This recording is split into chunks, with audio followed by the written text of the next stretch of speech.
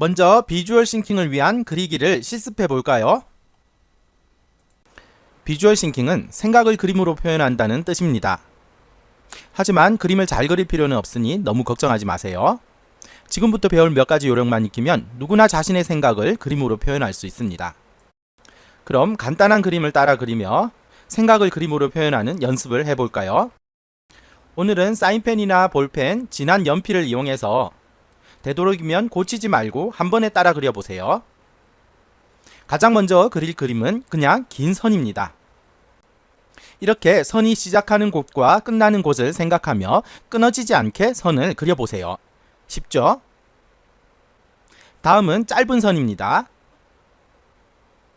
선의 모양을 생각하며 중간에 뚝뚝 끊어지는 짧은 선을 그려보세요.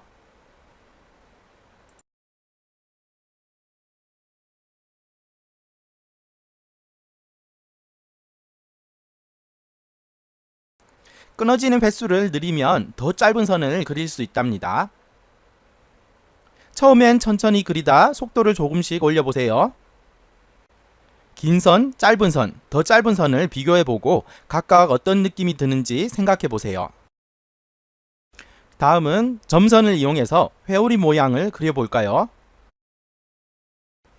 회오리 모양을 정확하게 그리려면 그리려는 모양을 머릿속에 떠올리며 천천히 점을 찍으며 그려주세요. 그리려는 속도를 점점 빨리 하면서 익숙해질 때까지 여러 번 연습해 보세요. 다음은 부드러운 느낌의 선을 그려볼까요? 파도가 울렁이는 모습을 상상하며 선을 그려보세요. 정확하게 그리는 것보다 느낌을 살려 그려보세요. 다음은 지그재그 위아래로 꺾이는 선을 그려볼까요? 처음에는 위아래 꺾이는 폭을 일정하게 그리다 나중엔 이렇게 위아래 폭에 변화를 주며 그려보세요.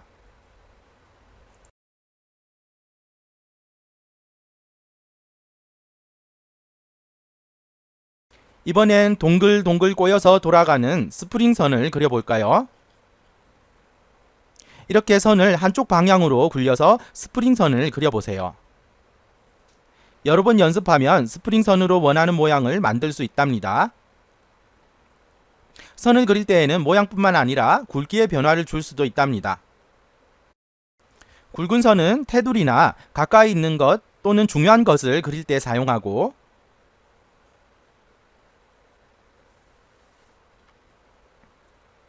얇은 선은 속에 있는 선이나 멀리 있는 것 또는 별로 중요하지 않은 부분을 그릴 때 사용합니다. 거친 선을 활용하면 이렇게 뾰족뾰족 모서리가 튀어나온 말풍선을 그릴 수 있답니다.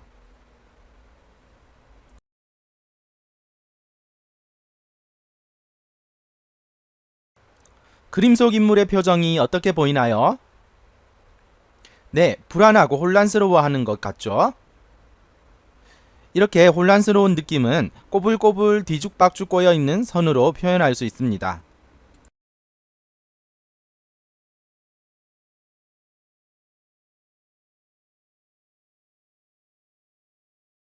다음은 다양한 모양의 화살표를 그려볼까요?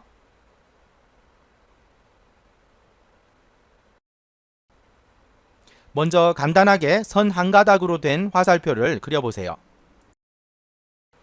다음은 이렇게 면으로 된 화살표를 그려보세요.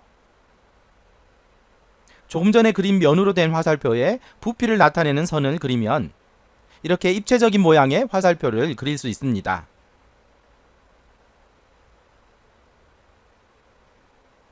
이번엔 화살표의 모양을 다르게 그리고 부피를 나타내는 선을 훨씬 길게 그려보세요. 이렇게 화살표의 모양과 부피에 변화를 주면 다양한 화살표를 만들 수 있겠죠?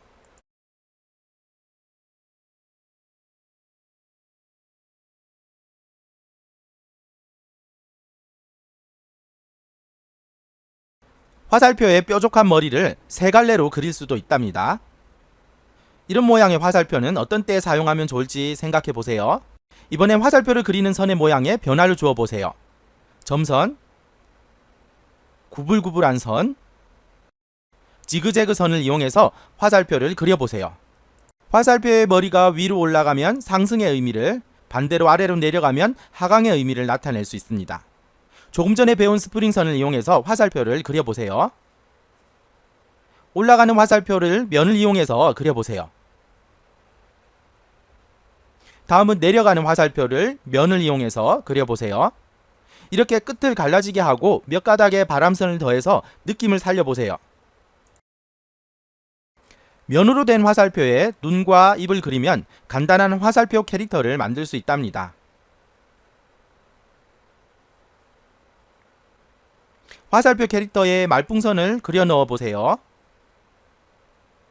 화살표는 차례나 시간의 흐름, 인과관계를 나타낼 때 자주 사용합니다.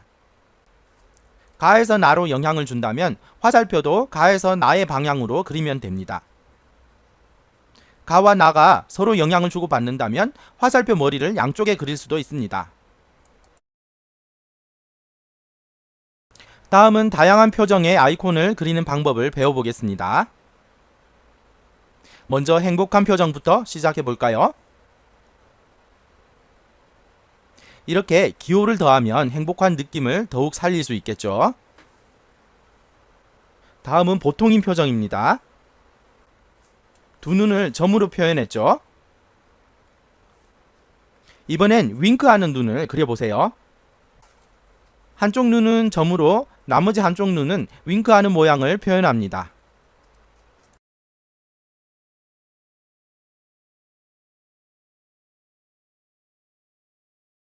이렇게 눈동자를 그리지 않으면 어떤 느낌이 드나요?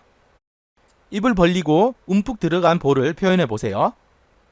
무서운 것을 봤을 때 표정이 되죠? 머리 위로 영혼이 빠져나가는 것도 표현해 볼까요? 힘들어하는 표정은 어떻게 표현할 수 있을까요? 힘들면 눈이 빙글빙글 돌아갑니다.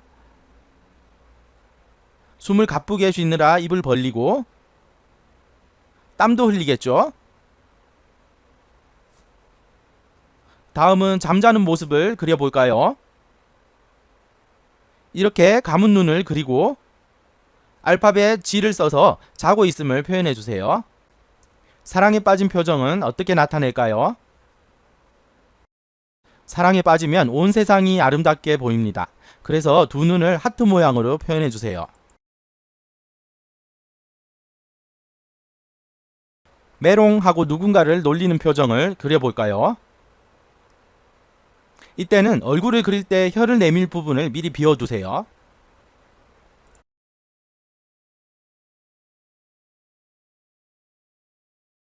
민망하거나 곤란할 때에는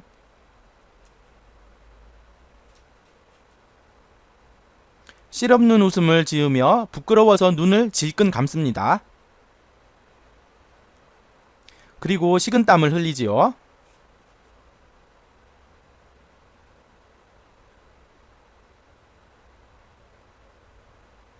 아플 때에는 눈을 질끈 감고 마스크를 쓰고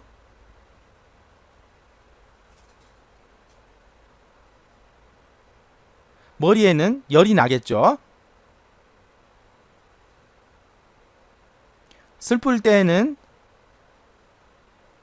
눈을 감거나 작게 뜨고 눈물을 흘립니다. 마지막으로 화난 표정은 눈을 치켜뜨게 그리고 꽉 다물고 있는 이가 드러나게 그려주세요. 화가 났을 때 머리에서 나는 김도 표현해보세요. 다음은 좀 더 복잡한 만화 캐릭터 얼굴 그리는 방법을 배워볼까요? 앞으로 배울 방법은 이어서 배울 마인드맵 중심 이미지를 그릴 때 쓰이니 잘 배워두세요. 먼저 실제 사람의 옆모습을 그려볼까요?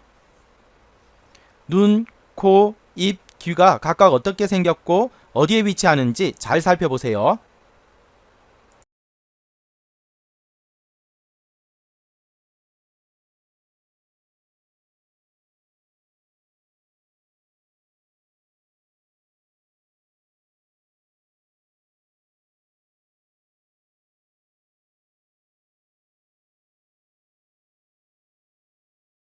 다음은 실제 모습을 만화 캐릭터로 바꾸어 그려보겠습니다. 이번엔 그림이 좀 복잡하기 때문에 지울 수 있는 연필로 따라 그려주세요.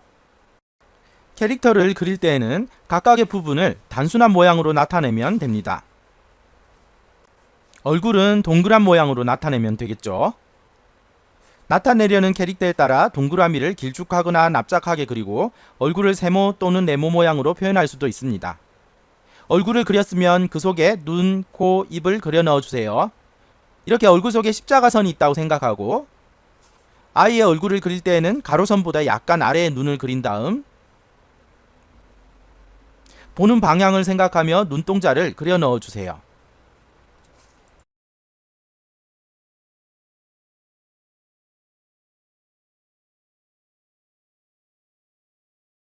눈 위에 둥그스름한 선으로 눈썹을 표현하고 삼각형을 그리다 만 모양을 둥그스름하게 그려서 코를 표현해 주세요. 마지막으로 입을 그려 넣으면 얼굴이 완성됩니다. 다음은 얼굴 양옆에 붙어 있는 귀를 그려볼까요? 귓구멍과 귓바퀴의 주름은 U자를 거꾸로 쓰거나 그냥 U자를 써서 표현할 수 있습니다. 다음은 머리카락을 그려야겠죠. 머리카락을 그릴 때에는 머리카락이 갈라지는 가르마의 위치를 정한 다음 전체적인 윤곽을 그려주세요. 그런 다음 표현하려는 머리카락 모양을 생각하며 앞머리를 그리고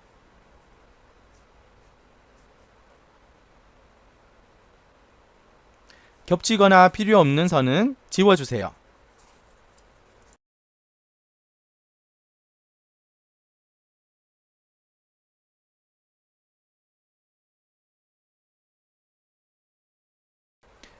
윗볼에 이렇게 몇 가닥의 빗금을 그려주면 생기 있어 보입니다.